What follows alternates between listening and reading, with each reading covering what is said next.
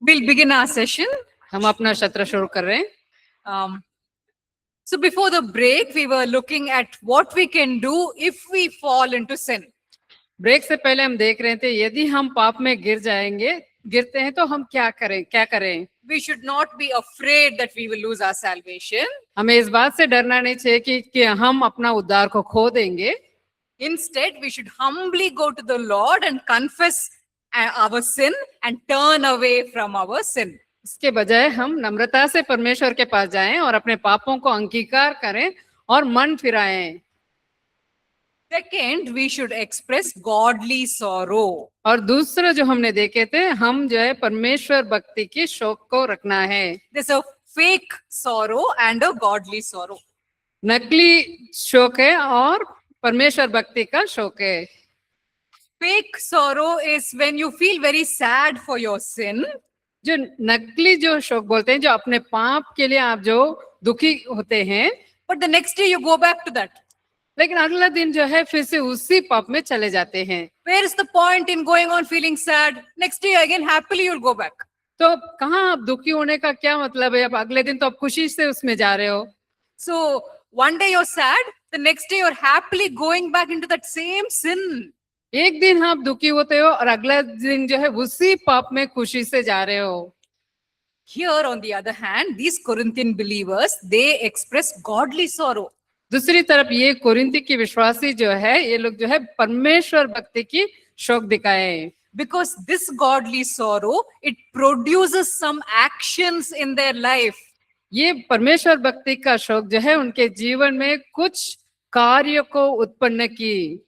They actually do some things which demonstrates that their sorrow is of the genuine kind. उन्होंने कुछ ऐसे काम किए हैं कि उनका परमेश्वर भक्ति का जो शौक जो है असली है, इस बात को प्रदर्शित की. In verse 11, these are the details we see about their sorrow.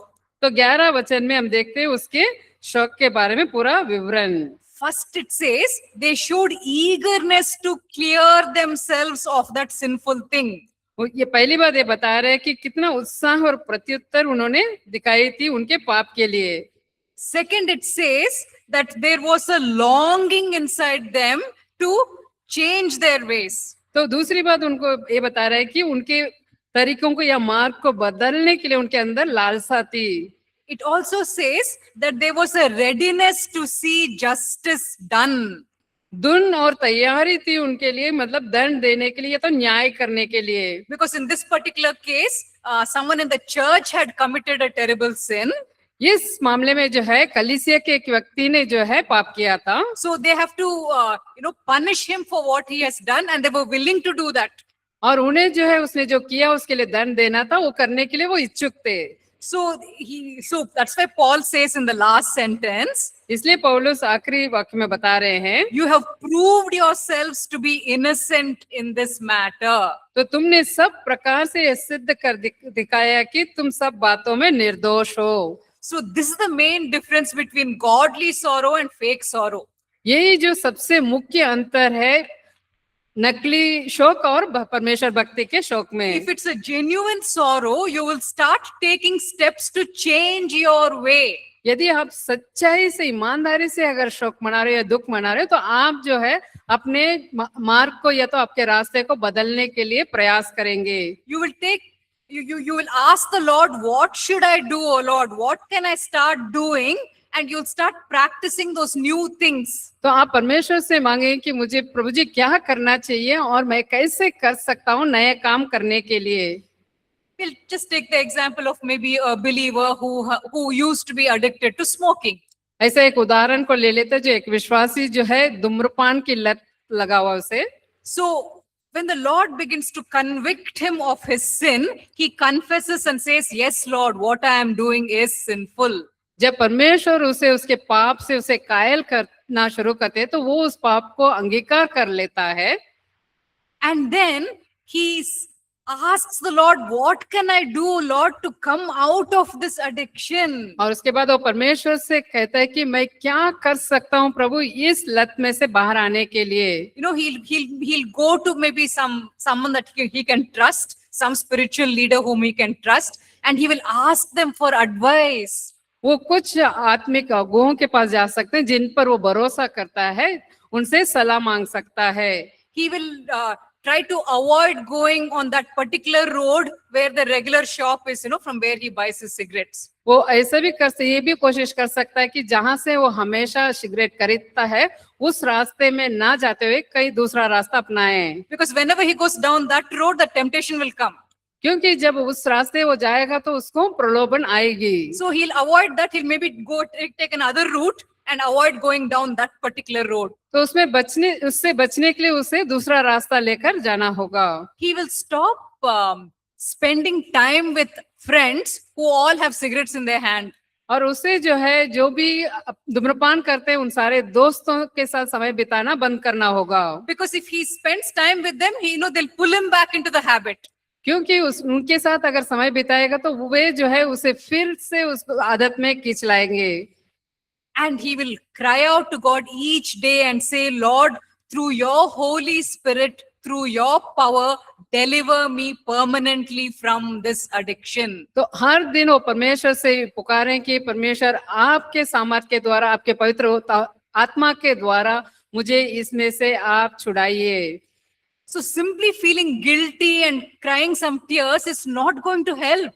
केवल थोड़ा दोष मनाना, दोष का भावना रखना या तो आंसू बहाना किसी भी प्रकार से सहायता नहीं करेगी। A lot of people are feeling guilty, but they're still continuing the same things. बहुत सारे लोग दोष भावना को तो रखते हैं लेकिन लगातार उसी में बने रहते हैं। They are not taking steps to change the situation. परिस्थितियों को बदलने के लिए वे कदम नहीं उठाते हैं। So godly sorrow is when you decide, I will actually take some action. तो परमेश्वर भक्ति का शौक ये है जब आप ऐसा एक निर्णय लेते हैं उसको बदलने के लिए। You will take some actual, actions to start changing the situation. तो उस परिस्थिति को बदलने के लिए आप एक तरह का कार्य को करना शुरू करते हैं। So whatever may be the sinfulness which is your area of weakness, कोई भी ऐसा पापमय चीज है जो आपका कमजोरी का क्षेत्र में है। it may be unforgiveness, ये हो सकता है कि क्षमा ना करना, it may be greed for certain things. किसी चीज के लिए लालच करना। Whatever your area of weakness, you go to the Lord and you ask. तो आप जो कुछ भी आपका कमजोरी का क्षेत्र है आप परमेश्वर के पास जाकर मांगे, Lord, first you show me two things which I can do to start changing this. तो आप परमेश्वर से कहें कि परमेश्वर मुझे दो चीजें बताइए जो मुझे ये बदलने के लिए शुरू करना है। Just two small ideas you're asking him to at least start making a change. तो उस बदलाव को शुरू करने के लिए आप परमेश्वर से दो छोटी चीजों को या विचार को मांगे। So in this way, the Holy Spirit will speak to you. He will show you what you can do. तो इस तरीके से पवित्र आत्मा आपको उन तरीकों को दिखाएंगे कि आपको क्या करना है। But you have to take one step. लेकिन आपको पहला कदम को उठाना है। If you simply cry and feel bad, it's not going to change anything. केवल आप रोएंगे और उसके लिए दुखी होंगे, ये किसी भी चीज को बदलेगी नहीं। Satan will use that to make your guilt increase more and more, and then you'll think, oh, I will lose my salvation. तो शैतान जो आप दोष भावना को रख रहे हैं उसको और बढ़ाएगा और आपके अंदर ऐसा भय को लाएगा कि मैं अपने उद्धार को खोने जा रही हूँ। Instead, you directly go to your father. इसके बदले आप अपने पिता के पास सीधा जाएं and you ask him, Lord, give me at least two ideas what I can start doing. तो आप उनसे मांगे कि प्रभु कम से कम दो विचार मुझे दीजिए जो मुझे शुरू करना है। When children they love to play in the rain. तो बच्चे बारिश में खेलना बहुत पसंद करते हैं। Especially if there are dirty puddles of water, they love to jump in the water.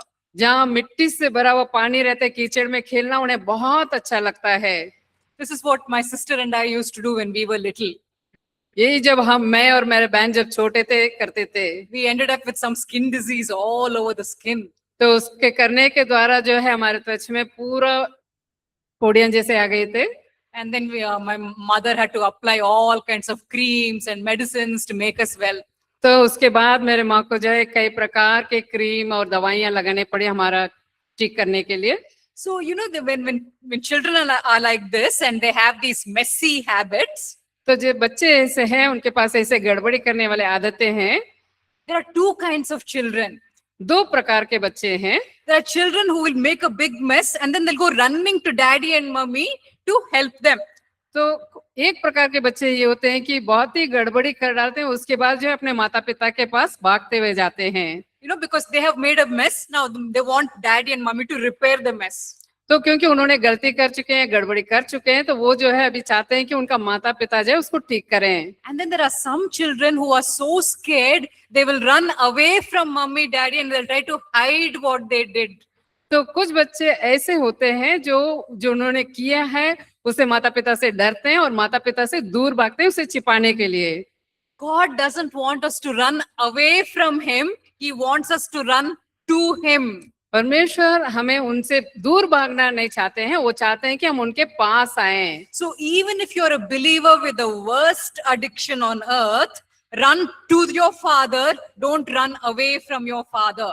यदि आप विश्वासी हैं, बहुत ही बदतर तरीके से लत में फंस गए हैं, तो आप दूर भागने के बजाय अपने पिता के पास भागें। Go to your heavenly father and say, Lord, I'm ashamed of the way I am living. तो आप अपने स्वर्गीय पिता के पास जाकर ये कहें कि पिता, मैं जिस प्रकार से जी रहा हूँ उससे मैं बहुत ही शर्मिंदा हूँ। Show me two ideas, Lord, what I can do to start changing. प्रभु जी, मुझे दो विचारें दें जिससे मैं इसे बदल सकूं। Always run to your father, never run away from your father. हमेशा आप अपने पिता के पास भागे, कभी भी अपने पिता से दूर ना भागें। When you're filled with guilt and you run away from God, Satan takes advantage of you. जब आप दोष भावना से भर जाते हैं और अपने पिता से दूर भाग जाते हैं, तो शैतान जो है इसका फायदा उठाता है। He will put you deeper and deeper into those sins. तो शैतान जो है आपको उन पापों में और गहराई से रखेगा। Because as soon as you sin, Satan comes to you and he says to you, what a rotten person you are. तो जैसे ही आप पाप करते हैं, शैतान आपके पास आकर कहे कि कितना सड़ा हुआ व्यक्ति हो तुम। Jesus died on the cross and look how you're living. यीशु मसीह क्रूस पर मरे और देखो तुम किस प्रकार से जी रहे हो। Satan will fill you with condemnation and guilt and shame. तो शैतान जो है आपके ऊपर जो है दंड की भावनाएं और दोष भावनाएं और शर्मिंदगियों से भर देगा। So when we were children, after making our entire clothes and faces dirty, we would go to mummy confidently. जब हम बच्चे थे, हम अपने कपड़े पूरी तरह से कीचड़ से गंदा कर लेते हैं, हम जो बहुत ही दृढ़ता के साथ अपने माँ के पास भागते थे। Mummy will scold, but mummy will also clean us. माँ जो है हमें डांटती थी और साथ ही साथ हमें जो है शुद्ध भी करती थी। So always run to your parent. Don't run away from your parent. इसलिए हमेशा ही जो है आप अपने माता पिता के पास भागे, ना ही अपने माता पिता से दूर भागे। Because your heavenly father wants to clean you. He wants to restore you. क्योंकि आपका स्वर्गीय पिता जो है आपको शुद्ध करना चाहता है और आपको पुनः स्थापित करना चाहता है। On the other hand, when you run away, Satan will make you even more dirty and even more guilty. इसके बदले आप परमेश्वर से दूर भागेंगे तो शैतान जो है आपको और गंदा बनाएगा और भी दोष भावना से भरेगा। Okay, so if you can hold on to these basic things, you don't have to ever worry about losing your salvation. यदि आप इस मूलभूत चीजों को थामे रहोगे तो आप कभी भी अपना उद्धार को खो देंगे, इस डर से डरने की जरूरत नहीं है। Please do not live with fear in your heart. इसलिए कृपया कभी भी आप अपने हृदय में डर के साथ ना जिए। Run to your father because your father wants to complete the work which he has started in your life. आपके पिता के पास भागिए क्योंकि पिता जो है आपके जीवन में जो कार्य को शुरू किए हैं उसे पूर्ण करना चाहते हैं। Philippians 1:6.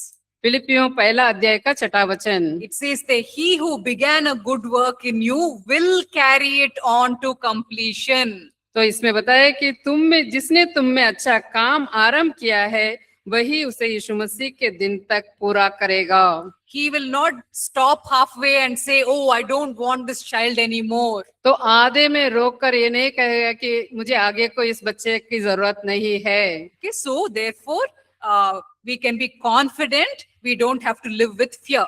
इसलिए हमें दृढ़ निश्चय हो सकते हैं और हम जो है बिना डर के जी सकते हैं। Before we finish this topic of salvation, just one more detail.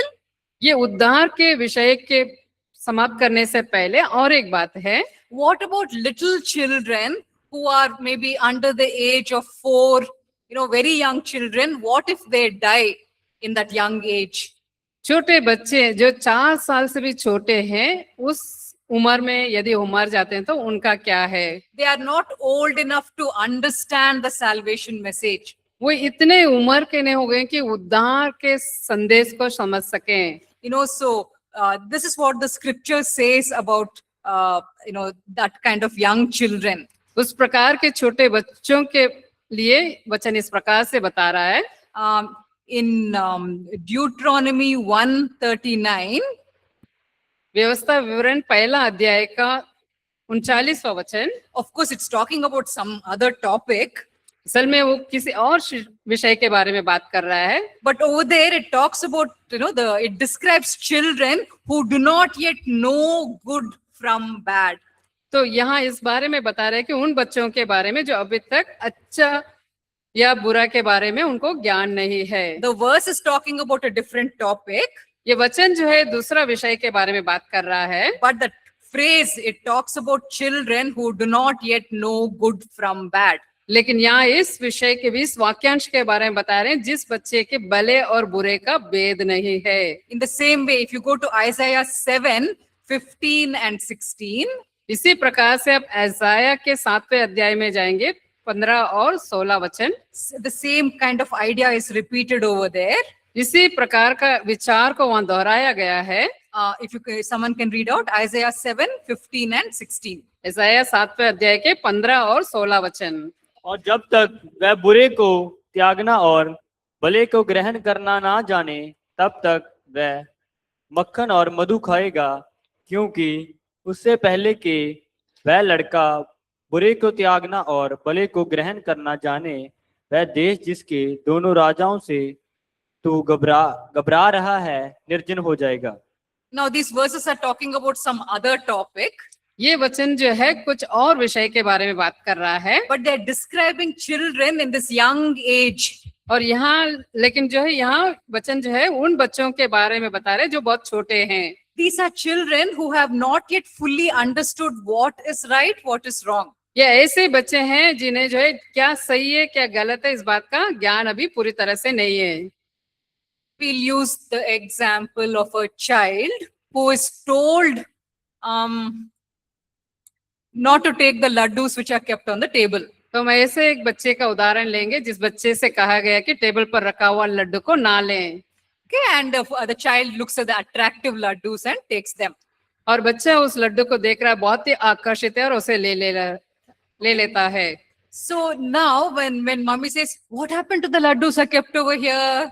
तो जब माँ बोलती है कि यहाँ मैंने लड्डू रखा था उसको क्या हुआ, The child immediately puts the hand at the back. तो तुरंत वो बच्चा क्या करता है, अपने हाथ को पीछे छिपा लेता है। Now there are two reasons why that little child has put the hand at the back. तो उसमें दो कारण है उस छोटे बच्चे ने अपने हाथ को क्यों पीछे रख लिया। The child may be thinking, "Ah, no, mommy will take my laddu." तो बच्चे ने ऐसा सोचेगा कि माँ जो है मेरा लड्डू ले लेगी। So he doesn't want the mummy to take the laddu. वो नहीं चाहता कि माँ उसका लड्डू ले ले, So he's keeping it, hiding it so that she can't take it. तो इसलिए वो छुपा रहा है कि ताकि वो ले ना सके। But then there's another kind of child. और दूसरा प्रकार का एक बच्चा है, He is also putting his hand at the back. वो भी अपने हाथ को पीछे रख रहा है। He's putting his hand at the back because he's feeling guilty. वो इसलिए अपने हाथ को पीछे रख रहा है कि वो उसके अंदर दोष भावना है। He knows that he has done wrong, and that is why he's trying to hide his wrong deed. वो जानता है कि उसने गलत किया है, इसलिए जो है अपने गलती को छिपाने के लिए अपना हाथ को पीछा कर Do रहा you है। see the difference between these two children? क्या इन दोनों बच्चों के बीच के अंतर को आप देख पा रहे हैं? This first child has no idea of right and wrong, ये पहले बच्चे के पास जो है गलत और सही का फर्क नहीं है, He's still not old enough to understand that. उसके पास इतना समझने की समझ नहीं है, He doesn't want his sweet taken off, so he's hiding his sweet. उसका जो मिठाई लड्डू है ले लिया ना जाए इसलिए वो उस पीछे छिपा रहा है। But the second one is aware that he has done a wrong thing. लेकिन दूसरा बच्चा जो है वो जानता है कि उसने गलती किया है, And so he is a child who is aware, beginning to become aware of what is right and what is wrong. तो ये बच्चा है जो अभी शुरू हुआ है क्या गलत है क्या सही है जानने का। Now, children like that and in the tender age, 2 years, 3 years, maybe even 4 years, they still do not have a full awareness that they are sinful beings. तो ऐसे छोटे उम्र में 2 साल 3 साल 4 साल तक भी उनको ये नहीं समझ रहती है कि वे जो है पापी लोग या पापी प्राणी है। There's no fixed age, okay?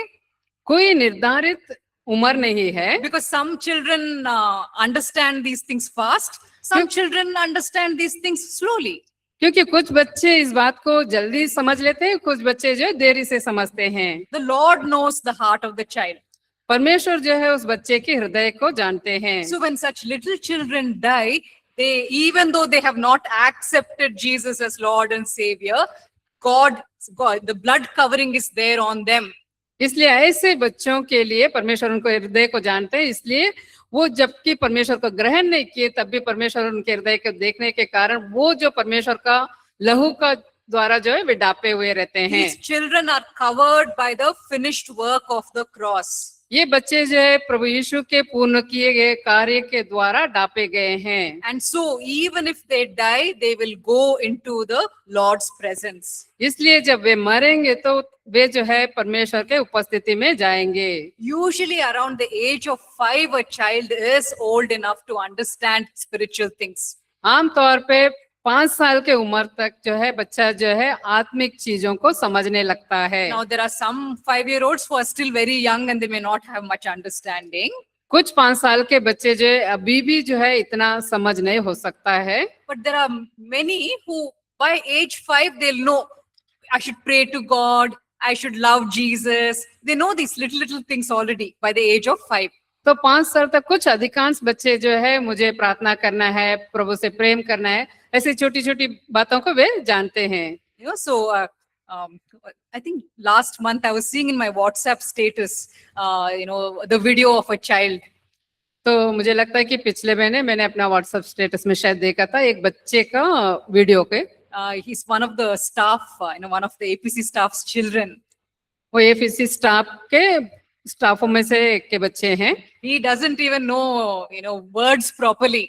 तो उसको तो एक शब्द भी मतलब ठीक से नहीं जानता So है। in his own words, he's telling prayer to Jesus. वो अपने ही शब्दों में अपना प्रार्थना को यीशु से बोल रहा है। Because in the family prayer time, everyone should pray.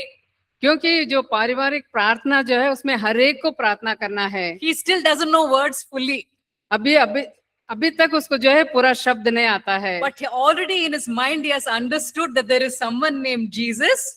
तो लेकिन पहले से उसके मन में वो ये समझ गया कि कोई यीशु नाम का है And I should pray to him. और मुझे उससे प्रार्थना करना है। So now that's the way those parents are training up those children. तो इसी तरीके से वो माता पिता जो है उस बच्चे को प्रशिक्षण दे रहे हैं। Okay, so we should try to start teaching them about Jesus as early as possible.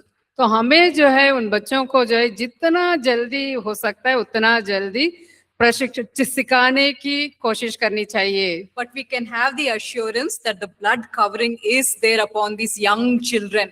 लेकिन हमारे पास ये आश्वासन है कि इतने छोटे बच्चों के ऊपर जो है उस लहू का डापा हुआ ढक्कन है। I accepted Jesus as Lord and Savior at the age of 6. Ma'am ने जो है अपने उम्र जब 6 साल के थे वे जो है प्रभु यीशु को अपना प्रभु और उद्धारक के रूप में ग्रहण किए। It was during our family prayer time. ये जो है हमारा पारिवारिक प्रार्थना के समय में। So my father explained what is salvation. मेरे पिता ने जो है उद्धार क्या होता है इसको समझाएं। He did not give a 1-hour lecture. उन्होंने 1 घंटे की उपदेश नहीं दिए। Just in 2-3 simple sentences, I realized that I have sin inside me.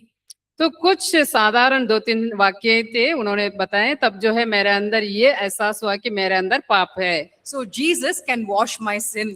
यीशु मेरे पापों को धो सकता है। Then Jesus will come and live inside me. तब जो है यीशु मसीह आकर मेरे अंदर वास करेंगे। So my father said, do you want that? Do you want Jesus to wash away your sin? तो मेरे पिता ने पूछे कि क्या तुम चाहते हो कि यीशु मसीह आकर आपके पाप को धोए? Will you promise that you will follow him and obey him now onwards? क्या आप इस बात की प्रतिज्ञा करोगे कि अभी से इसके बाद जो है आप इसका उनसे प्रेम करोगे और उनका पालन करोगे? I remember very clearly, I remember saying that prayer. मुझे अच्छे से याद है मैं उस प्रार्थना को करते हुए। The next day, I remember standing in the backyard. कल अगले दिन मैं जो है अपने पीछे की जो जगह है वहां खड़ी थी। And I remember thinking in my mind, मुझे याद है कि मैं अपने मन में सोच रही थी, now Jesus is living inside me. अभी यीशु मसीह मेरे अंदर जी रहे हैं। So what I'm saying is, young children can understand spiritual truths. मैं क्या कह रही हूँ कि छोटे बच्चे भी जो है इस सत्य को समझ सकते हैं। So do not delay in telling your children about Jesus Christ. इसलिए अपने बच्चों को यीशु मसीह के बारे में बताने के लिए देरी ना करें। Okay, so but you can always have this assurance that God's blood covering is there upon them. They will not, go to hell. लेकिन आपके पास हमेशा ये आश्वासन है कि उन बच्चों को पर जाए प्रभु यीशु का लहू का ढापा गया है, वे हमेशा ही सुरक्षित है। Okay, so now we will quickly get into the doctrine of redemption. अभी जो है हम छुटकारे के सिद्धांत में जाएंगे। We have actually covered most of the things mentioned over here, the points which are mentioned in your notes. हमने अधिकांश जो पॉइंट्स दिए गए हैं आपके नोट्स में उसको देख चुके हैं। It talks about how we have been redeemed from the curse of the law. यहाँ बताया गया कि हम कैसे व्यवस्था के श्राप से छुड़ाए गए हैं। We have been redeemed from lawless deeds. हमारे अधर्म के काम से हम छुड़ाए गए हैं। We have also been redeemed from the fear of death. हम मृत्यु के भय से छुड़ाए गए हैं। So this word redeemed, what does it mean? ये छुड़ाया जाने का ये शब्द का मतलब क्या है? This was a term which was used in the slave market in biblical times. Bible के समय में यह ऐसा शब्द है जो गुलामी बाजार में इस्तेमाल की जाती थी। So if people are unable to repay their debts, they will have to become slaves. जब लोग कर्ज लिए रहते हैं और उसे वापस नहीं कर पाते हैं तो उन्हें गुलाम बना दिया जाता था। So if someone wants to set them free, they will have to go to the slave market and pay the ransom. तो यदि उन्हें उस गुलामी बाजार से छुड़ाना चाहते हैं तो उन्हें वहां गुलामी बाजार में जाना है और उनका जो फिरौती का जो मूल्य है उसे देकर ही उन्हें छुड़ा सकते हैं। In the book of Hosea, we see an example of this. होसिया के पुस्तक में इसका उदाहरण को हम देखते हैं। Hosea goes to the slave market to buy back his wife Gomer. तो होसिया जो है उस गुलाम के बाजार में जाता है और अपना पत्नी होमेर को वापस खरीदता है। So that kharidna, that price which he paid, that is the redemption. जो मूल्य वो देते हैं उसे बोलते हैं फिरौती। So in this way, Jesus Christ has purchased us with his blood. इसी प्रकार से यीशु मसीह जो है अपने लहू से हमें खरीदे हैं। Why did he buy us? क्यों उन्होंने हमें खरीदा? There are reasons given here. He bought us to deliver us from these particular things. तो यहाँ दिया गया कारणों को कि उन्होंने जो है इसलिए हमें छुड़ाए इन सारे विशेष चीजों से छुड़ाने के लिए। He has redeemed us so that he can deliver us from the curse of the law. उन्होंने इसलिए हमें छुड़ाए कि हम व्यवस्था के श्राप से छुड़ाए जाए। If you remember, in your Deuteronomy 28, there's a long list of curses which will come upon people when they disobey the Lord. आपको याद होगा व्यवस्था विवरण 28वें अध्याय में वहां बहुत सारे श्राप के बारे में दिया गया है जब वो परमेश्वर का आज्ञा का उल्लंघन करते हैं। So all those curses were resting upon us when we were living in sin. ये सारे श्राप जो है जब हम पाप में जी रहे थे ये सब हमारे ऊपर थी। We are not Jewish people. हम यहूदी लोग नहीं है। But the law of God is written on all the human hearts. लेकिन परमेश्वर की व्यवस्था जो है हर एक मनुष्य के हृदय में लिखा गया है। And so when we disobey the Lord, there is a curse which comes upon our heads. इसलिए जब भी हम व्यवस्था का उल्लंघन करते हैं तो तब जो है वहां श्राप है जो हमारे सर पर आएगी। But Jesus Christ has taken that curse away. लेकिन यीशु मसीह ने उस श्राप को हटा दिया है। Galatians 3:13. गलातियों के पत्री 3 अध्याय का 13 वचन। गलाती 3:13। मसीह ने जो हमारे लिए शापित बना हमें मोल लेकर व्यवस्था के साप से छुड़ाया, क्योंकि लिखा है जो कोई काट पर लटकाया जाता है वह शापित है। God placed the curse on Jesus so that the curse shouldn't come upon us. परमेश्वर ने जो उस श्राप को जो यीशु मसीह पर रख दिया ताकि वो श्राप जो है हम पर ना आए। So God placed the curse on Jesus परमेश्वर ने उस श्राप को जो यीशु मसीह पर रखा and he placed blessings upon us. तो परमेश्वर ने आशीष को हमारे ऊपर रखा। So we should have got the curse, हमें वो श्राप मिलना चाहिए था, but he took that curse and he placed it on Jesus लेकिन उस श्राप को लेकर परमेश्वर ने यीशु मसीह पर रखा and he put blessings upon us. और परमेश्वर ने आशीषों को हमारे ऊपर रखा। In the same way, we know that we have also been redeemed from, lawless, sinful lifestyle. और इसी प्रकार से हम ये जानते हैं कि हम अधर्म और पापमय जीवन शैली से छुड़ाए गए हैं। We also know that we have been delivered from the evil age of this, world.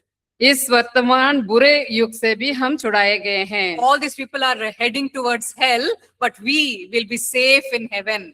सारे लोग जो है नरक की ओर जा रहे हैं, लेकिन हम जो है बचाए गए हैं, स्वर्ग में है। Okay, so we will now get into the doctrine of sanctification. अभी जो है हम पवित्रीकरण के सिद्धांत पर जाएंगे। So we will be able to cover some of it today. We will cover some of it tomorrow. आज जो है हम थोड़ा बहुत उसको देख पाएंगे, पढ़ पाएंगे और बाकी के जो है कल देखेंगे। In your notes, you will see that there is a table which gives the differences between justification and sanctification. आपके नोट्स में पेज नंबर 28 पे जो है एक टेबल दिया गया है जो धर्मी ठहराया जाना और पवित्रकरण के बीच में क्या अंतर है इसको बनाकर दिए हैं। This table is based on Hebrews 10:14. और ये टेबल जो बनाया गया वो इब्रानियों 10वां अध्याय के 14 वचन के आधार पर है। If you can read out Hebrews 10:14. यदि कोई पढ़े इब्रानियों 10वां अध्याय का 14 वचन। क्योंकि उसने एक ही चढ़ावे के द्वारा उन्हें जो पवित्र किए जाते हैं सर्वदा के लिए सिद्ध कर दिया है। There are two things mentioned over here. यहाँ दो चीजों को बताया गया है। It says that we have already been perfected. तो यहाँ बताया गया कि हम पहले से ही सिद्ध किए गए हैं। We talked about it earlier, right? हमने इसके बारे में पहले बात की है। Already we have been given 100 on 100. पहले से हमें जो है 100% दिया गया है। So we have already been perfected. इसलिए हम पहले से ही सिद्ध किए गए हैं। God the judge has declared and said, yes, this person is 100% righteous. परमेश्वर न्यायाधीश है, उन्होंने ये घोषणा कर दी कि ये व्यक्ति जो है 100% धर्मी है। But on a daily basis, we are still being sanctified. लेकिन रोज के हिसाब से हम जो है अभी भी जो है पवित्रकरण किए जा रहे हैं। We took the example of that teacher who showed kindness to the student. हमने उस उदाहरण को लिए थे जो टीचर ने उस बच्चे पर तरस खाई थी। She finished giving the marks. She finished giving the degree. उसने उसको अंक दे चुकी थी और डिग्री भी दे चुकी थी। But she said, now come sit with me and I will actually teach you how to become an engineer. तो और अभी वो कह रहे हैं कि तुम आकर मेरे साथ बैठो, मैं तुम्हें सिखाऊंगी कि कैसे एक इंजीनियर बन सकते हैं। Simply having the degree of engineer is not going to help, right? तो सिर्फ एक डिग्री रखकर वो आपकी सहायता नहीं करेगी। He'll not be able to, work for anyone because he doesn't know how to build buildings. वो किसी के लिए भी काम नहीं कर सकते क्योंकि उसे नहीं पता है कि बिल्डिंग किस प्रकार से बनाई जाती है। So he's got the degree, but he has no skill. उसके पास डिग्री तो है लेकिन उसके पास कौशल नहीं है। So now the teacher will train him up on a daily basis. अभी जो टीचर जो है उसको रोज जो है उसको प्रशिक्षण देगी। In the same way, our God, our Lord, He has finished giving us the report card of 100 on 100. इसी प्रकार से हमारा परमेश्वर प्रभु भी हमें 100% दे चुके हैं। But we are not able to still live in a holy way. लेकिन हम अभी तक जो है एक पवित्र तरीके से जी नहीं पा रहे हैं। So now he's going to train us daily to become like Jesus Christ. तो इसलिए अभी वो जो है हमें रोज इस प्रकार से प्रशिक्षित करेंगे कि ताकि हम मसीह के समान बने।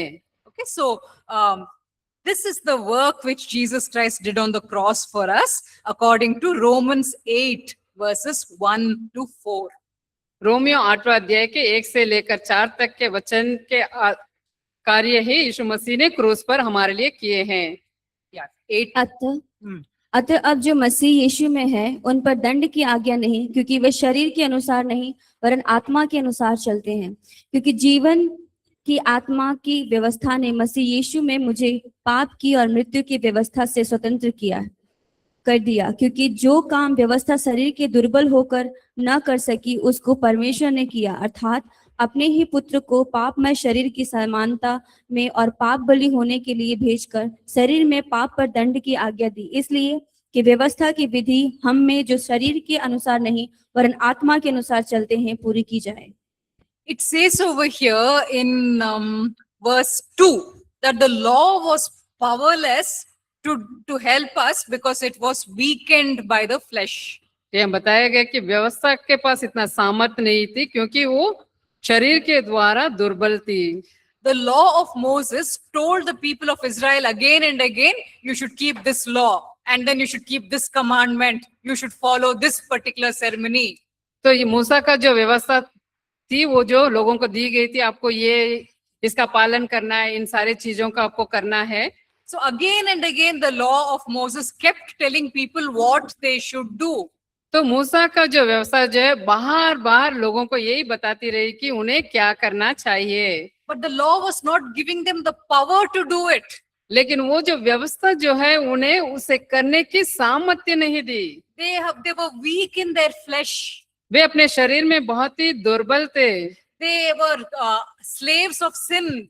वे पाप के गुलाम थे। So even though the law is telling them to do something, तब भी जब व्यवस्था जो है उन्हें कुछ करने के लिए कह रही है, they are not able to do it वे कर नहीं पा रहे थे because they are stuck in slavery. क्योंकि वो गुलामी में फंसे हुए थे। But then Jesus Christ comes. और उसके बाद यीशु मसीह आते हैं। He is able to fulfill the law of Moses. वे जो है मूसा के व्यवस्था को पूरा कर पाए। He is able to keep all the 613 laws of the law of Moses. यीशु मसीह जो मूसा के सारे 613 व्यवस्थाओं को पूरा कर पालन कर पाए। And then it says in your verse 3, he condemned sin in the flesh. तो वहां बताया गया कि उन्होंने जो है पाप को जो है शरीर में दंड दिया। He has declared and said, flesh, you will no longer be able to control my followers. तो तब उन्होंने ये दंड देकर कहे कि तुम शरीर तुमको जो है मेरे अभी अनुयायियों को आगे नियंत्रण नहीं कर सकते हो। If you remember, we had talked about one example of a bucket and a sponge. आपको याद है हमने एक उदाहरण के बारे में देखे थे, एक बाल्टी और स्पॉन्ज के बारे में। Whatever the bucket is experiencing, the sponge which is inside will also experience that. जो कुछ भी वो बाल्टी अनुभव कर रही थी वो सारी चीजें जो है वो स्पॉन्ज भी अनुभव करेगी। So Jesus Christ was able to fulfill the entire law of Moses and he condemned sin in the flesh. तो यीशु मसीह जो है अपना शरीर में जो मूसा के सारे व्यवस्थाओं को उन्होंने पूरा किया और शरीर में उसको दंड दिए। And so he declares, sin could not have any hold over me. तो इसलिए बोले पाप तुझे अभी मेरे ऊपर कोई पकड़ नहीं है। So because sin could not have hold over me, the sponge which is inside also will no longer, be under under sin's control. क्योंकि यीशु मसीह के ऊपर कोई पाप का पकड़ नहीं है, इसलिए उसके अंदर जो है स्पॉन्ज है उसके ऊपर भी पाप का पकड़ नहीं है। Everything that Jesus Christ has achieved, now the sponge will be able to achieve. जो कुछ भी यीशु मसीह ने हासिल किए वो सारे जो है वो स्पॉन्ज भी हासिल करेगा। That is why we read, right? Our life is now hidden in Christ. इसलिए हम पढ़े थे हमारा जीवन जो है अभी यीशु मसीह में छिपा हुआ है। So everything that he has experienced, everything that he has won, we also will win. तो इसलिए जितने भी उन्होंने अनुभव किए और जो कुछ भी उन्होंने जीता वो हम भी जीतेंगे।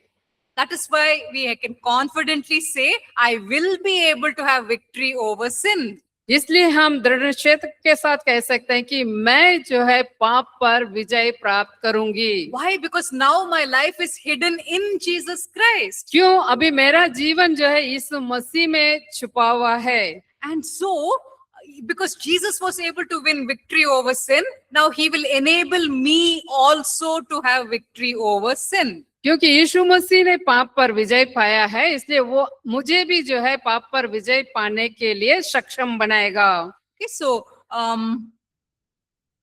which is that verse? I've written down the verse somewhere. Romans 6.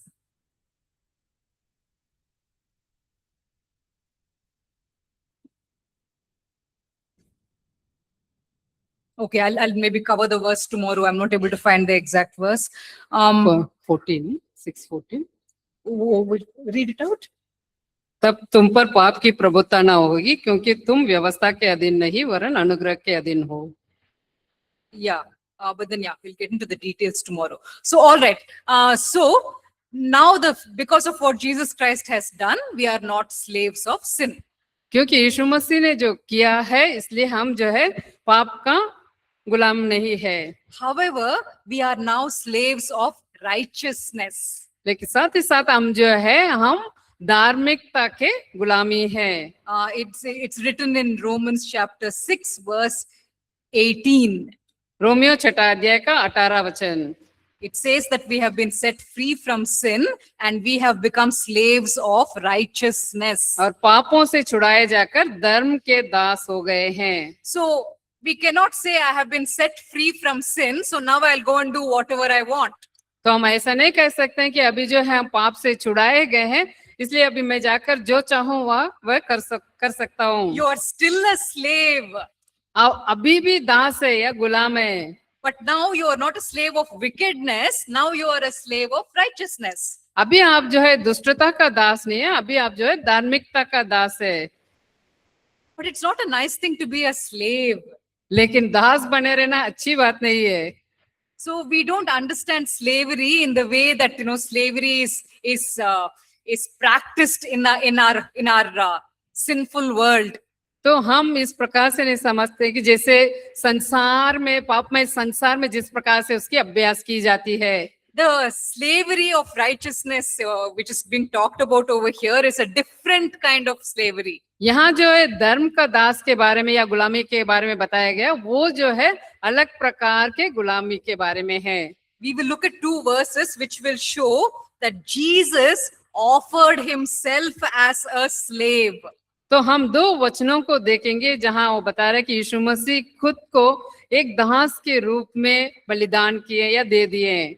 We'll begin with an Old Testament verse. हम पुराने नियम से शुरू करेंगे। Exodus 21 verses 5 and 6. निर्गमन 21वें अध्याय के 5 और 6 वचन।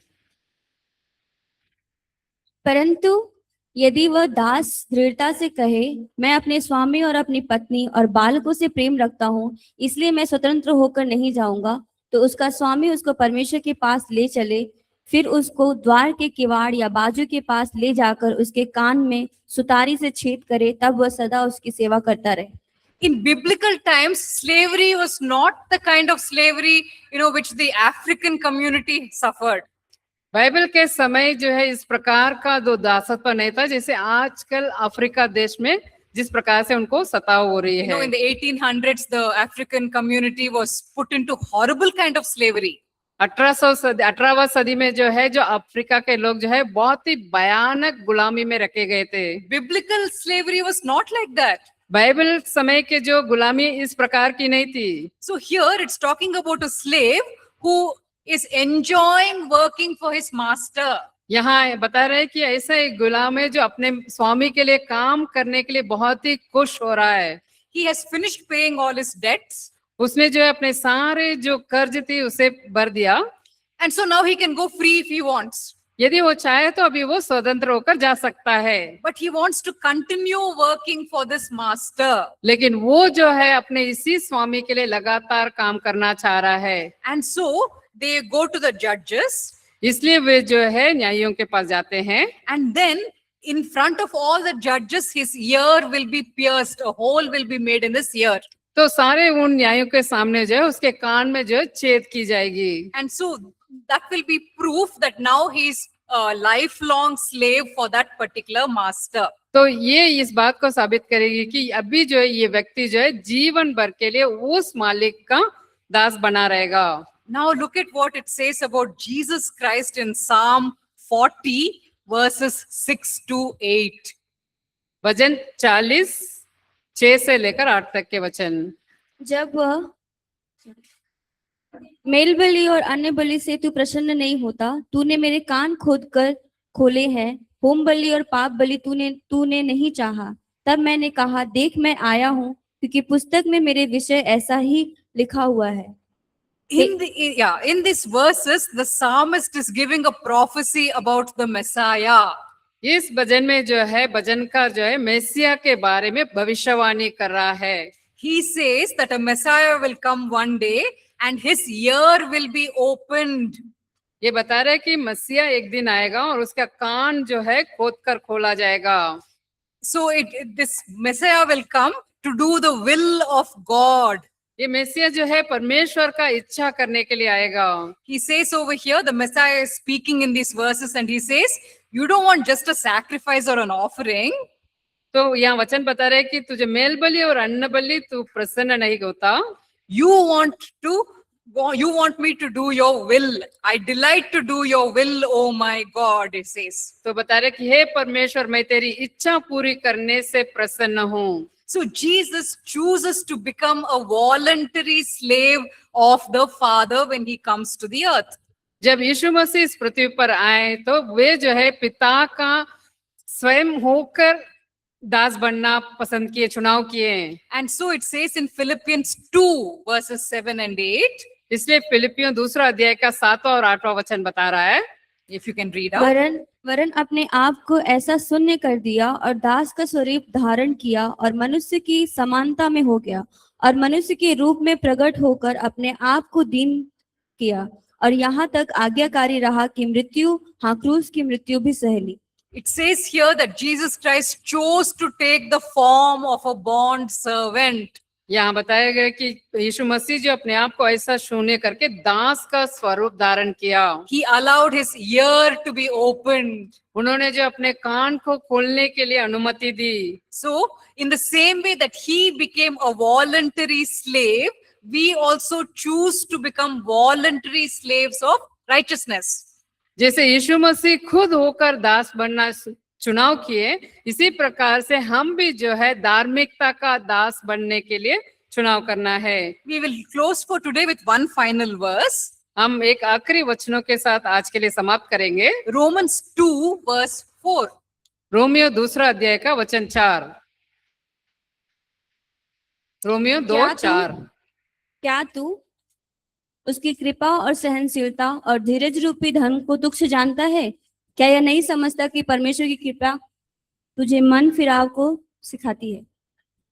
It says here that God's kindness is being shown so that you will repent. तो यह बताया गया कि परमेश्वर की कृपा तुझे इसलिए दी गई कि तुम मन फिराए। If God is showing kindness and you're taking advantage and living in sin, then that is not true following. यदि परमेश्वर आपको अनुग्रह दे रहे हैं, दया दिखा रहे हैं, आप उसका फायदा उठाकर आप पाप कर रहे हैं, तो इसके मतलब ये सही तरीका नहीं है। Because God's kindness is shown to help us repent. God's kindness is not shown to encourage us to sin more. परमेश्वर का कृपा इसलिए दी गई कि हम जो है मन फिराएं, इसलिए नहीं दी गई कि हम पाप को बढ़ावा देते रहें। And so we choose, we look at his kindness and we say, my master is so kind. तो हम उनका उस कृपा को देखकर हम ये देखते हैं कि मेरा स्वामी जो इतना कृपालु है। And so I will bend down and allow my ear to be opened. तो मैं झुककर मेरा कान को खोलने के लिए अनुमति दूंगा। I will become a slave of righteousness. मैं धर्म का दास बनूंगा। So tomorrow we will see that we are not only slaves of righteousness, we are also sons of God. तो कल हम देखेंगे कि हम केवल धर्म का दासी नहीं है, हम परमेश्वर के बेटे हैं। So we will be talking about the doctrine of sanctification further. तो हम जो है पवित्रीकरण के सिद्धांत के बारे में आगे देखेंगे। Okay, let's quickly close with a word of prayer. आइए जल्दी से हम प्रार्थना के साथ समाप्त करेंगे। During the prayer time, please do not do other things. प्रार्थना के समय में कृपया कुछ और काम ना करें, Talk to God in your heart. अपने हृदय में परमेश्वर से बात करें। Lord, we thank you that you have made the sacrifice on our behalf. प्रभु जी, हम आपका धन्यवाद देते हैं, आपने हमारे लिए उस बलिदान को चढ़ाए। And because of your sacrifice, we have been justified. आपके बलिदान के कारण हम धर्मी ठहराए गए। We are grateful for what you have done. आपने जो किए प्रभु, उसके लिए हम बहुत ही धन्यवादित है। And so out of gratitude, we want to offer ourselves as slaves of righteousness. और धन्यवाद के कारण हम अपने आप को प्रभु जी धार्मिकता का दास के रूप में देते हैं। But we also know that we are not just slaves, और हम ये भी जानते हैं प्रभु, हम केवल दास ही नहीं, we are your children. हम आपके बच्चे हैं। So we thank you that you're doing your work in our hearts. हम आपको धन्यवाद देते हैं प्रभु कि आप हमारे हृदय में काम कर रहे We हैं। commit all of us into your hands. हम सबको आपके हाथों में सौंपते हैं। Thank you, Lord, in Jesus' name. Amen. धन्यवाद प्रभु यीशु के नाम में, आमीन। Amen. Thank you.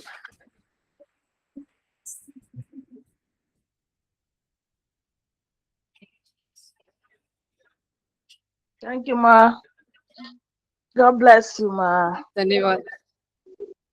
Thank you.